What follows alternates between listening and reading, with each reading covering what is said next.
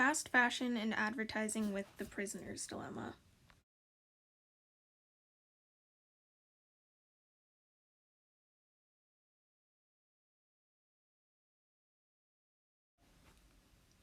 Fast fashion, the rapid production of mass amounts of clothing at a cheap price in response to the latest trends. So, back in the 1800s, people were mostly making their clothing at home. They had to get the wool themselves, or they'd go to a dressmaker's or something like that where it wasn't mass produced. And then the Industrial Revolution happened, and mass production seemed to become more of a possibility in a lot of different industries. So, as this grew, people slowly started buying their things from department stores, which began to open around that time. But it didn't really take off until around the 1960s. This was a decade that, for the first time, fashion was being marketed towards teenagers and young adults, where in the past it had been marketed towards adults and then younger kids just wore the copies of what adults were wearing. Now there was a whole separate genre of fashion for teenagers. So they began buying the cheaper clothing because it's what they could afford on their high school jobs. So then the mass production started because everyone was doing this. It's speculated to have started in Europe as a business proposition by the brand Zara that they would turn around product immediately after it was seen on runways and high-end fashion shows. All of this was originally going on in Europe, but then some of the big powerhouse companies like Zara, H&M, and Topshop started moving to America. Zara was the company that originally proposed fast fashion, even though it wasn't coined as that phrase at the time. But the longest running of these retailers is H&M, which actually started in Sweden under a different name. So it's just been building and building, and today it's one of the most unchallenged industries in the world, and almost the entire fashion industry revolves around the success of fast fashion. So, what exactly is the problem with fast fashion if it's so affordable and so accessible? One of the main issues is the extreme amount of waste that occurs as a result. Because everything is so mass produced, the amount of clothing that's produced is far outweighs how many people are going to purchase it. This results in the clothing sometimes being donated, which is a good thing, or just being sent to a landfill or shipped out to other countries in what are called clothing bundles. That's the picture on the screen. These clothing bundles are sent to countries to just sit on the beaches without any distribution or anything like that until they just wash away into the ocean. This obviously creates a lot of pollution, but one of the bigger problems is direct water pollution. So, a lot of the factories where textiles are made and dyed, the wastewater from the factory is just dumped into the nearest body of water or the closest river. This is a big problem because dyes can contain really toxic chemicals, sometimes even mercury. This is a problem because the wildlife in the river suffers as a result, and also sometimes these bodies of water are the water sources for nearby communities in some of the third world countries that these factories are in. These chemicals can also make it all the way around the globe in some cases because they're dumped into moving water. So, not only does the dyeing process contaminate the water, it also uses water in the process and not just the disposal. It's estimated that dyeing 1 ton of fabric takes around 200 tons of fresh water, and it takes up to 20,000 liters of water to grow 1 kilogram of cotton. This is an extreme amount of water that's being wasted by this industry. Also, it helps commit to greenhouse gas emissions, soil degradation, rainforest destruction, microfiber ocean pollutants, and it creates an extreme amount of waste. There are also a lot of ethical issues with fast fashion. The working conditions are often extremely horrible. The workers will receive little to no pay. In some cases, there are a lot of cases of child labor, and this is also where a lot of sweatshops happen, is within the fast fashion portion of the industry.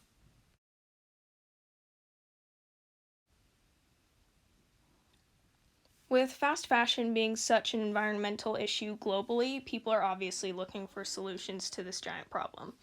The whole world can't just stop making clothes. People need clothes. But there is a better way of consuming clothes. It's called sustainable fashion. Sustainable fashion is a movement that's happening within the fashion industry through people trying to change the way the industry operates and depends so heavily on fast fashion currently. They're focusing on environmentally conscious textiles and production methods, and they also want to make sure that people are being hired and expected to work under fair circumstances with fair pay. So, kind of the issue with sustainable fashion at the moment and why it hasn't gained more popularity and hasn't taken over fast fashion is the affordability issue. Because fast fashion is created ethically, the materials are more expensive and to hire workers is much more expensive. Also, these fast fashion brands have been around for such a long time, and it's really hard to instate a new brand name when there are these brands that people are so familiar with. Another issue is that because they spend so much money on production and hiring their employees, they don't have as much money to spend on advertising, especially when they're competing with these multi-million-dollar corporations that have been around for 100+ years. So that's why sustainable fashion hasn't had as much of an edge against fast fashion as people within the industry were hoping.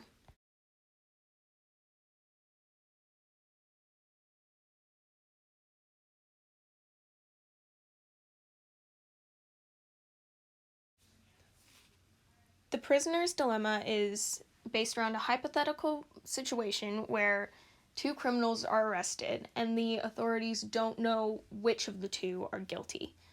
So the police take them into two separate rooms where they cannot see or hear each other, and they give them the opportunity to confess that they've done the crime or betray the other criminal and say that they were the ones who committed the crime. If both criminals say nothing, then they each have a jail sentence of about a year. If they both confess, then they each spend 2 years in prison. If one person sells the other out and betrays them, then they go free and the other person receives a 3-year prison sentence.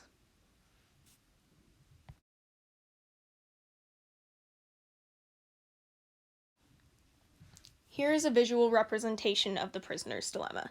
To the right is the key.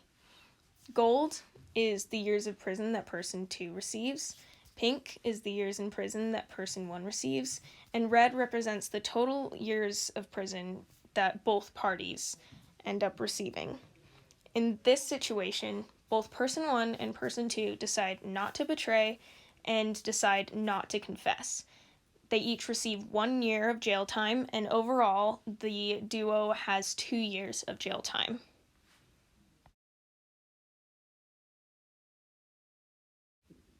The next possible situation is that the prisoners betray each other. In the top right box, person 1 betrays. They receive 0 years of prison, while person 2 receives 3, and overall prison years for the party are 3 years. In the bottom left box, person 2 betrays. They receive 0 prison years, while person 1 receives 3, and the total prison years are 3 among the party.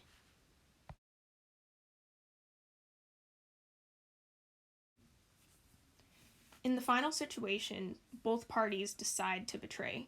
Person 1 and person 2 go against one another and each receive 2 years of prison time, equaling 4 years for the entire group.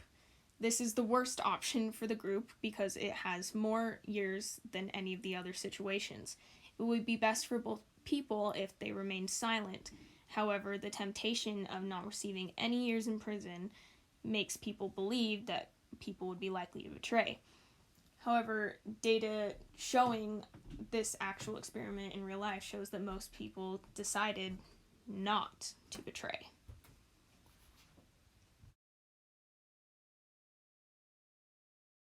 Now, how does this apply to marketing? To apply this to advertisement deals, you take a fictional controlled population of a small number. Say there are only 2 companies selling the exact same product in a small town with a population of about 10,000 people. All of these 10,000 people use that product. They need that product. It's something essential. The people of the town are therefore guaranteed to buy the product from one of the two companies. For example, clothing. Everyone wears clothing. They buy it eventually. So if there are only two clothing companies, those are the only companies competing for the consumers. If neither of them advertises, then it would be reasonable to say that anyone who walks into the store that is selling both brands, 50% will buy from one and 50% will buy from the other. On average, a product costs $40 and each company sells 5,000 pieces, making around $200,000. This would benefit both companies because both companies would be making a profit, and they don't use any money on advertising. However, if a company decides to advertise and the other does not, then more of the population will buy the advertised product. So let's say that 8,000 people buy the advertised product at $40 with an advertising cost of $7,000. And so they've made a profit of $313,000. The company that didn't advertise only had 2,000 buyers, so they made $80,000, which is a lot less than the other company. The one company advertising is my assumption on why unsustainable fashion and fast fashion brands are more successful.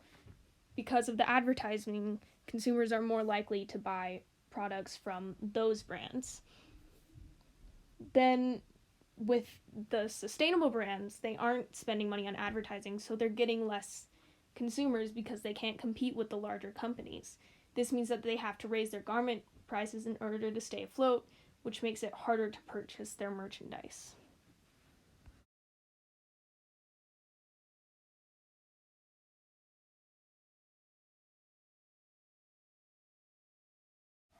So what I did to show this is I created two imaginary companies. Company one is an unsustainable fast fashion company, but they spend money on advertising. They have an initial amount, like a starting amount Shark Tank value, of $1 million. In order to produce their product, they spend about $842,266. The cost per garment would average around $60, and their advertising cost would be around $157,734, which is about the cost that it takes to have one full color page advertisement in a magazine. Now, Company 2 is a sustainable brand, but they don't advertise. They also have an initial amount of $1 million, but their production cost is also about $1 million because of the price to pay their workers and to grow things like organic cotton. And then their average cost per garment to make up for that loss is around $200, which is a lot more than the average cost per garment of the fast fashion company. So then their advertising cost is $0. So they don't spend the money on advertising, which also blankets how much money they're spending on production.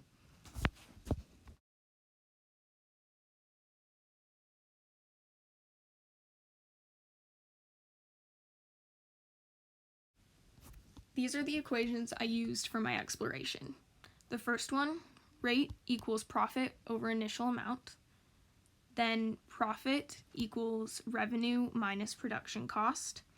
And then finally, interest equals profit times 1 plus the rate over the number of times compounded to the number of times compounded times the time. So I used this to show the company's growth of income over the course of a few years to see which company was doing better, which company was making more money, and therefore which company was the most successful. For the sake of this experiment, the number of times compounded per year was about 4, going off of the idea that each company would release 4 collections for each season. 1 for each season.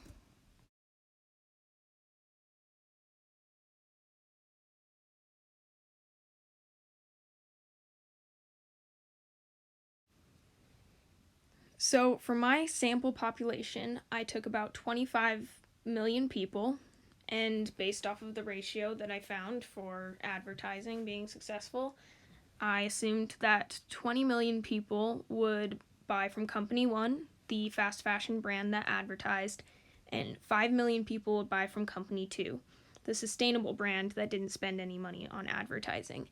I then used the equations in the previous slide along with the values in the tables showing how much the company spends and how much each of their items cost.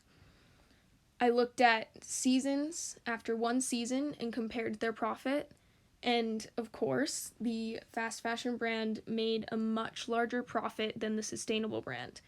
I then continued to look at a trend of 1 year, 2 years, 3 years, 4 years, and 5 years.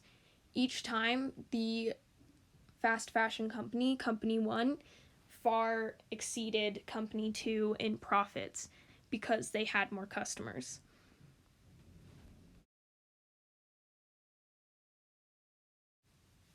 Overall, it's very clear that Company One made a lot more profit than Company Two.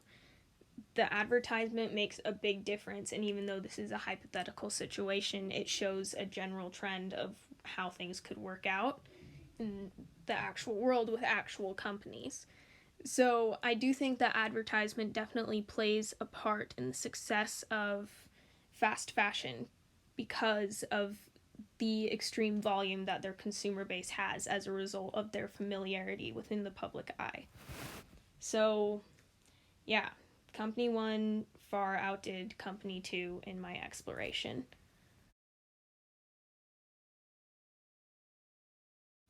I do think this exploration showed the general trend of how much a fast fashion company outgrows a sustainable brand.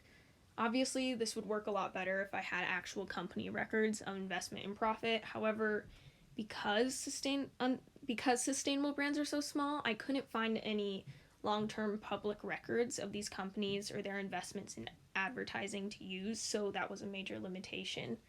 I use my knowledge of general costs of clothing just from research and looking around, and a few facts about the averages of advertisement costs that I found off of a few magazine websites, what they were charging for colored ads. Um, I was sure that advertising would make a difference, but I didn't think it would make as much of a difference as it showed in this.